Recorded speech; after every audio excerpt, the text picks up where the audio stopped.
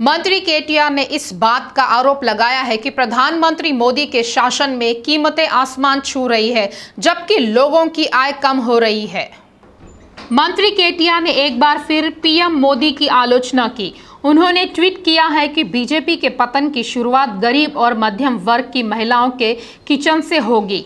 Gas subsidy हटा ली गई है।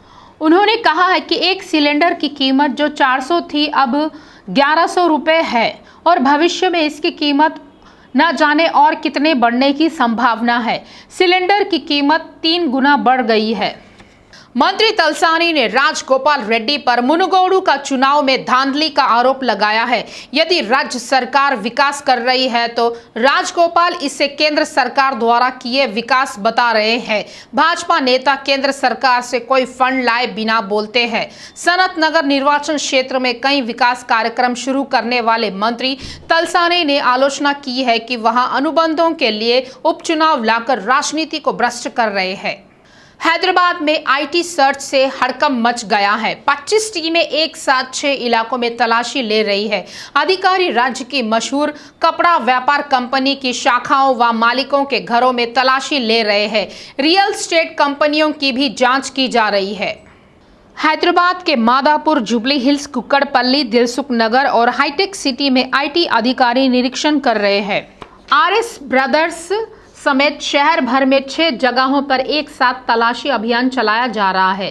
कुक्कड़पल्ली में दक्षिण भारत के शॉपिंग मॉल में भी तलाशी चल रही है। आईटी अधिकारी सुबह 5 बजे से दक्षिण भारत के शॉपिंग मॉल की तलाशी ले रहे हैं। अंदर के कर्मचारी बाहर, बाहर के कर्मचारी को अंदर जाने की अनुमति नहीं है। लॉट मोबाइल शोरूम में भी चेकिंग की गई। आईटी अधिकारी कंप्यूटर और दस्तावेजों की जांच कर रहे हैं। आरएस ब्रदर्स के साथ ऑनर्स, सुमादुरा और वासविला परंपरा आरएस पर भी आईटी के छापे पड़े हैं।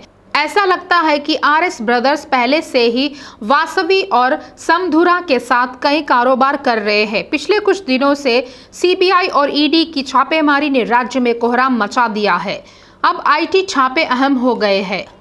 राजभवन में 7 बिल लंबित है। पिछले महीने विधानसभा और विधान परिषद द्वारा पारित 8 विधायकों में से केवल एक ही जीएसटी कानून संशोधन विधायक कानून बना। ऐसा लगता है कि महीनों बीत जाने के बावजूद राज्यपाल तमिलिसाई ने अभी तक अपनी स्वीकृति की मुहर नहीं दी है।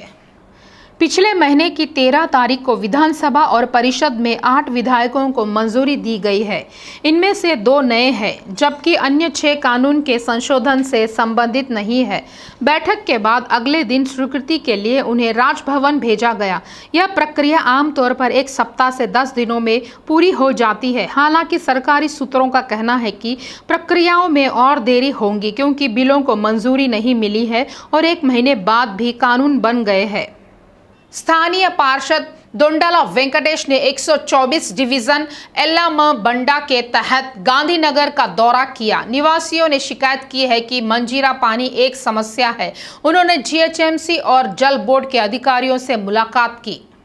पार्षद दोंडाला वेंकटेश ने खुद झुग्गी वासियों की समस्या जानकर जल बोर्ड के अधिकारियों से चर्चा की।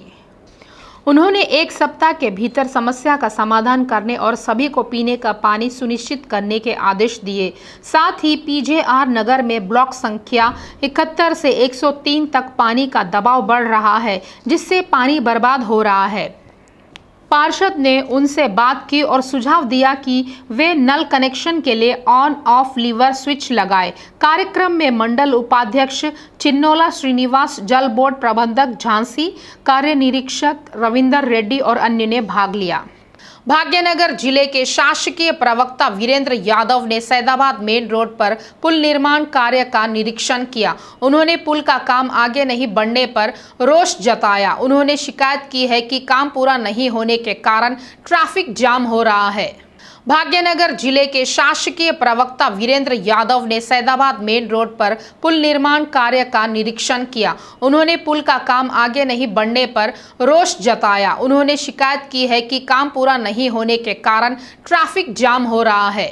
हैदराबाद में बाढ़ कहर बरपा रही है व मूसी नदी तेजी से बह रही है। मुसाराम बाग ब्रिज से सटे बाढ़ का कहर जारी है। बाढ़ की लहर चादर घाट पुल को छू रही है। ग्रेटर हैदराबाद क्षेत्र और आसपास के इलाकों में मूसलाधार बारिश से पिछले 4 दिनों से दोनों जलाशयों में भारी पानी भर गया है। हिमायत सागर और उस्मान सागर के फाटकों को ऊंचा किए जाने से मूसाराम बाग ब्रिज का जलस्तर बढ़ गया। कल भी भारी बारिश की संभावना को लेकर अधिकारियों को अलर्ट कर दिया गया है। पुल के दोनों ओर ट्रैफिक पुलिस तैनात है। जीएचएमसी केंद्रीय कार्यालय के अधिकारियों ने बारिश से सड़कों को हुए नुकसान पर कल तक रिपोर्ट देने का आदेश दिया है। अभियंता इन चीफ जियाउद्दीन ने अधीक्षक व कार्यपालक अभियंताओं के साथ सड़कों और बारिश की स्थिति की समीक्षा की। ईएनसी ने कहा है कि ठेकेदारों ने काम करने की इच्छा व्यक्त की है। बैठक में यह महसूस किया गया है कि बारिश के मद्देनजर क्षतिग्रस्त सड़कों की युद्ध स्तर पर मरम्मत की जानी चाहिए। जंक्शनों के विकास और पैदल रास्तों के निर्माण पर ध्यान देने का सुझाव दिया गया है। नीलोफर अस्पताल में भर्ती होने वाले बच्चों की संख्या बढ़ी है। बेमौसम बारिश, मौसम में बदलाव के कारण बच्चे निमोनिया, अस्थमा, फेफड़ों में वायरल इन्फेक्शन जैसी समस्याएं लेकर अस्पताल आ रहे हैं। डॉक्टरों का कहना है कि अगर 200 से 250 लोगों को इन पेशेंट के रूप में भर्ती किया जाता है तो उनमें से 100 सांस की बीमारियों से पीड़ित है। माता पिता बच्चों को बुखार, खांसी, सर्दी और सांस लेने में कठिनाई के साथ अस्पताल लाते हैं। इनमें ज़्यादातर 5 साल से कम उम्र के बच्चे हैं। इंफोसिस ब्लॉक में pneumonia, asthma, viral lung infection जैसी समस्याओं से पीड़ित बच्चों को तत्काल विशेष उपचार दिया जाता है।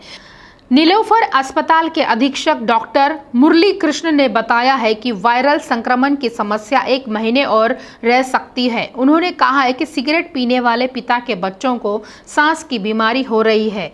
बच्चों को उबला हुआ पानी पीने और गर्म चावल खिलाने की सलाह दी जाती है। जुड़वा शहरों में आधार कार्ड की समस्या लोगों को परेशान कर रही है। डाकघरों में भी आधार कार्ड सेवाएं बंद हो गई है और लोगों को काफी परेशानी हो रही है। मी सेवा कार्यालयों के अलावा बैंकों में दी जाने वाली सेवाओं पर भी रोक लगा दी गई है। ऐसे में कहां जाना है, इसके बारे में जानकारी न होने से आम लोग परेशान है। आधार सेवा कार्यालय जो पहले बंजारा हिल्स रोड नंबर 10 पर स्थित था, उसे कुछ साल पहले मादापुर में स्थानांतरित कर दिया गया था। कर्मचारियों का कहना है कि यह रोजाना 600 से 800 लोग आते हैं। अगर वे सही प्रमाण पत्र लेकर आते हैं तो आधे घंटे में काम पूरा हो सकता है। चूंकि अमीरपेट में आधार कार्ड का मुख्यालय शिकायतें प्राप्त करने तक सीमित है, इसीलिए सभी को मादापुर केंद्र जाना पड़ता है। हालांकि जैसा कि केंद्र सरकार ने संबंधित स्टाफ को learning management system certificate course पूरा करने अनिवार्य बताया है। डाकघर से अतिरिक्त निदेशक नरेंद्र के अनुसार उनकी सेवाओं को अस्थायी रूप से प्रधान कार्यालयों तक सीमित कर दिया गया है। हैदराबाद दर्शनी सिटी टूर बस सेवाएं जो आरटीसी द्वारा शुरू की गई को जुड़वा शहरों में ऐतिहासिक और पर्यटन स्थलों की यात्रा के लिए उपलब्ध कराया गया है। वे शहर शनिवार और रविवार को चलते हैं। अधिकारियों ने बताया है कि शहर का यह दौरा 12 घंटे के दौरान हैदराबाद के महत्वपूर्ण स्थानों का भ्रमण करेगा। शनिवार और रविवार अल्फा होटल सिकंदराबाद से सुबह 8:30 बजे प्रस्थान करते हैं। बिरला मंदिर, चौमोहल्ला पैलेस, तारामती, बारादरी रिजॉर्ट्स में लंच के बाद गोलकुंडा किले का भ्रमण कराया जाता है। इसके बाद दुर्गम Cheruvu, cable bridge, Hussain Sagar, NTR park आदि का भ्रमण कर रात 8 बजे सिकंदराबाद अल्फा होटल के पास पर्यटकों को छोड़ दिया जाता है। अधिकारियों ने कहा है कि सुबह के नाश्ते और दोपहर के भोजन का खर्च यात्रियों को वहन करना पड़ेगा। मेट्रो एक्सप्रेस में वयस्कों के लिए 250 रुपये और बच्चों के लिए 130 रुपये किराया तय किया गया है। उन्होंने कहा है कि मेट्रो लग्जरी बसों में वयस्कों के लिए 450 रुपये और बच्चों के लिए 340 रुपये होंगी। एनटीआर स्टेडियम में हो रहा श्री वेंकटेश्वर समारोह धूमधाम से चल रहा है। आज सुबह भगवान बालाजी के लिए आयोजित सुप्रभातम, तोमला सेवा, कोलुवु अर्चना, निवेदन, सत्तू मोरा और अभिषेक सेवा से भक्त रोमांचित थे। जैसा कि हर शुक्रवार की सुबह तिरुमला में किया जाता है, भगवान की छाती में सोने की अलमेलु मंगा की मूर्ति को पुनुगु, कस्तूरी, जावड़ी और अन्य सुगंधित इत्र युक्त पवित्र जल से लगभग 1 घंटे तक अभिषेक किया गया था। उसके बाद हल्दी से महालक्ष्मी का अभिषेक भी किया गया। इस कार्यक्रम में तिरुमला भगवान बालाजी के प्रमुख पुजारियों में से एक वेणुगोपाल दीक्षितुलु, आगम सलाहकार मोहना रंगाचार्य बोर्ड के सदस्यों और भक्तों ने भाग लिया। इस साल दिवाली की रोशनी में पटाखों के दाम आसमान छू रहे हैं। पिछले साल की तुलना में इस बार पटाखों के दामों में काफी बढ़ोतरी हुई है। व्यापारियों का कहना है कि केंद्र सरकार के पटाखों पर प्रतिबंध और तमिलनाडु के शिवकाशी में फैक्ट्रियों के बंद होने से मांग में तेजी आई है।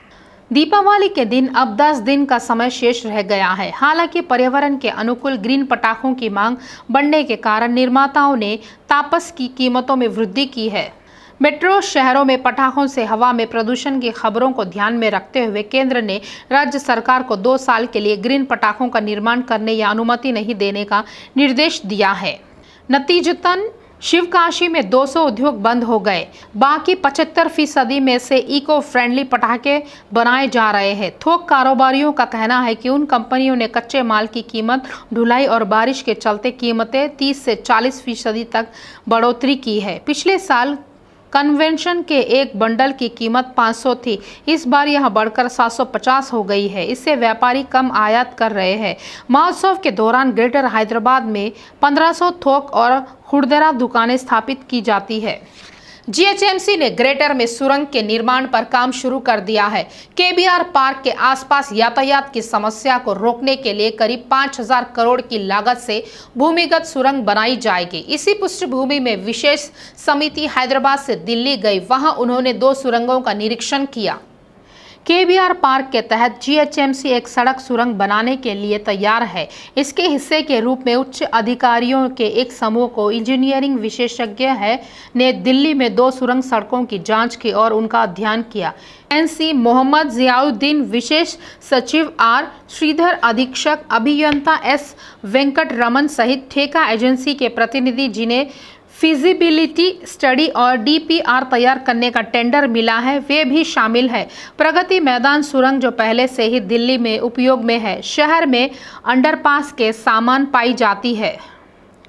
आनंद विहार के पास 2 सुरंगों की प्रगति, जहां काम चल रहा है, का निरीक्षण किया गया। विशेषज्ञ टीम की रिपोर्ट जल्द ही सरकार को सौंपी जाएगी। शहर में घरों की बिक्री दिन ब दिन कम होती जा रही है। हालांकि रियल एस्टेट कारोबार को कोविड के बाद बढ़ने की उम्मीद थी। नाइट फ्रैंक द्वारा जारी नवीनतम आंकड़ों के अनुसार वास्तविक स्थिति अलग है। Real estate consultancy services firm Knight Frank India के अनुसार इस साल के पहले 9 महीनों में हैदराबाद 50,000 से अधिक घरों और फ्लैटों का पंजीकरण किया गया है। बताया गया है कि इन घरों की कीमत 25,000 करोड़ से ज़्यादा है। इस बात का खुलासा हुआ है कि इस साल सितंबर में 2198 करोड़ के 4,307 मकान और फ्लैट का रजिस्ट्रेशन हुआ है। इनकी कीमत 25 से 50 लाख और औसतन क्षेत्रफल 1000 से 2000 वर्ग फुट है। रिपोर्ट में कहा गया है कि पिछले साल सितंबर में 617 मकान पंजीकरण की तुलना में पिछले महीने मकान पंजीकरण में 28% की कमी आई है और पंजीकरण के मूल्य में भी 16% की कमी आई है। हालांकि विशेषज्ञ विश्लेषण कर रहे हैं कि जैसे जैसे हैदराबाद में लोगों की आय बढ़ रही है, घरों की मांग लंबे समय में कम नहीं होंगी। एमएमटीएस ट्रेनें शहर में लोकप्रियता हासिल कर रही है। अधिकारियों ने बताया है कि इस महीने की 12 तारीख को 93.7% समय का पालन किया जा रहा है। दक्षिण मध्य रेलवे के जीएम अरुण कुमार जैन ने कहा है कि कोविड के बाद यात्रियों की औसत संख्या बढ़ रही है।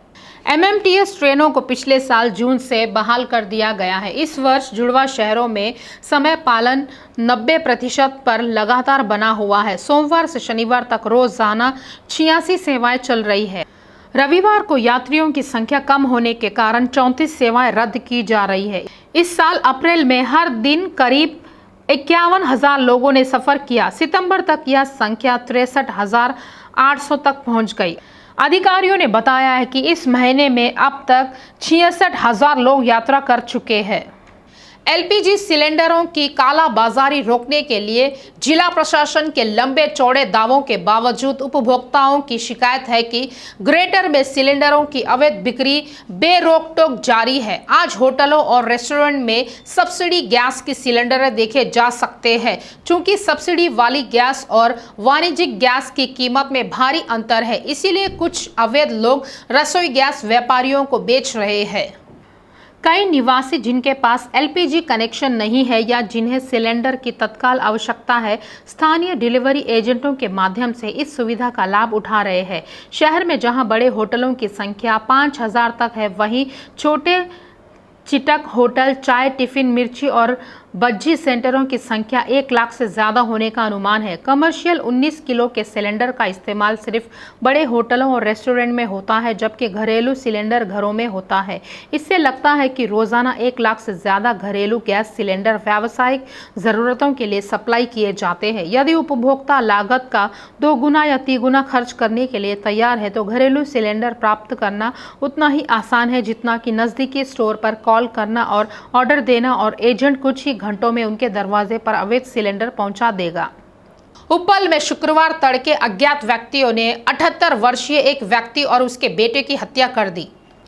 उपलब्ध जानकारी के अनुसार नरसिम्हा 78 और उनके बेटे श्रीनिवास 35 पर आज सुबह करीब 5:30 पर कुछ अज्ञात व्यक्तियों द्वारा कुल्हाड़ी से हमला किया गया। उपलब्ध जानकारी से पता चला है कि संदिग्धों ने नरसिम्हा को निशाना बनाया और जब श्रीनिवास अपने पिता की रक्षा के लिए दौड़े तो उन पर भी हमला किया गया। इस घटना के बाद मोहल्ले में कोहराम मच गया। 1 महीने पहले बेटा श्रीनिवास मलेशिया से आया था। एसीसी के अनुसार हमलावर नकाब पहने हुए थे। यह पता चला है कि रिश्तेदारों के साथ संपत्ति विवाद का मामला अदालत में चल रहा था। माना जा रहा है कि संपत्ति विवाद ही हत्या का मूल कारण रहा होगा।